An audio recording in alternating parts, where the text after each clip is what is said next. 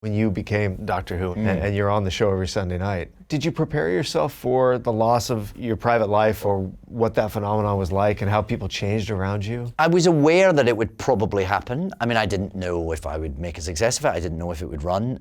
But I was aware that just because of the way Doctor Who is received in the UK, if you're ever attached to it, it gives you a certain loss of anonymity. Right. But I think the thing about that is you don't know what that's going to be until you experience it. You can imagine what it is, and I think you can imagine it's quite empowering. You can imagine that, because having been around other famous people walking into rooms, right, and you feel the room ripple.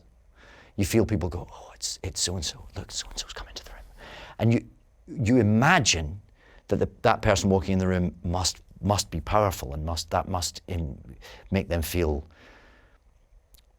whether it makes them feel good or not, it must make them feel, must give them a sense of status. Right. And then when it happens to you, actually it doesn't do that. Actually it just makes you feel vulnerable, walking into that room and having people notice you and people sort of turning around and not thinking they can see you going, it's that, he's over there. And actually I can't speak for everyone, but for me that was quite alarming.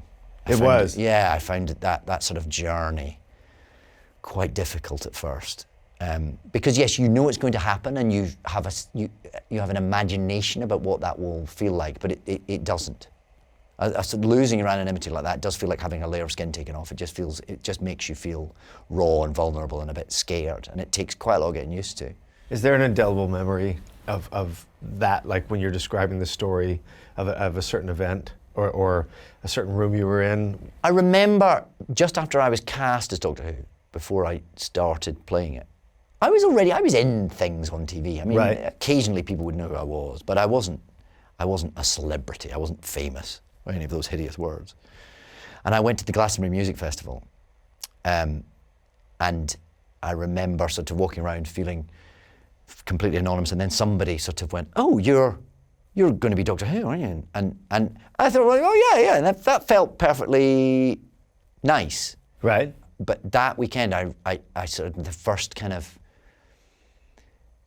first sort of echoes of realizing, oh, maybe I won't be able to do things like this in quite the same way ever again. Right. So that was but at that time that was fine. And I'm not saying it's not fine. There are a lot of huge privileges and advantages to being in the middle of a show that people love. Sure. And Doctor Who's a lovely show to get famous for, because people feel very benevolently towards it. People love that show, especially in the UK, but actually around the world, it's got a sort of heritage to it that makes people just feel warm and happy. So it's a lovely part to be recognised for. It's a show that people have childhood memories of. They have experiences of watching it with their own children. Right. So I probably had the best version of what that was. But at the same time, it does take some getting used to. And I was very lucky because Billie Piper was in the show with me. She played and she was a big pop star. She was already, she was a pop star when she was a teenager, and then she'd had a huge success. She was in Doctor Who before I turned up, so she'd already got used to being, she was public property and had been since she was young. Did she help you through that? Hugely. I had her to kind of go through it with.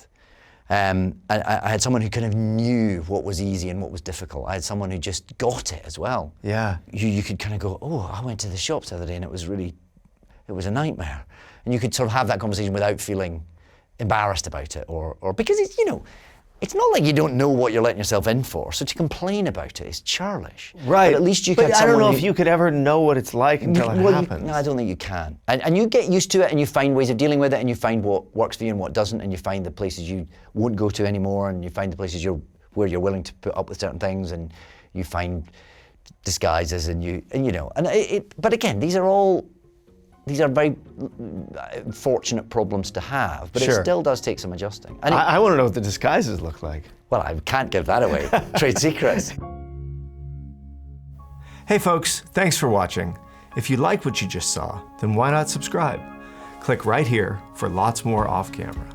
And if you want to see the hour-long version of these conversations, I'm going to give you the secret link. Here it is, offcamera.com. Check it out.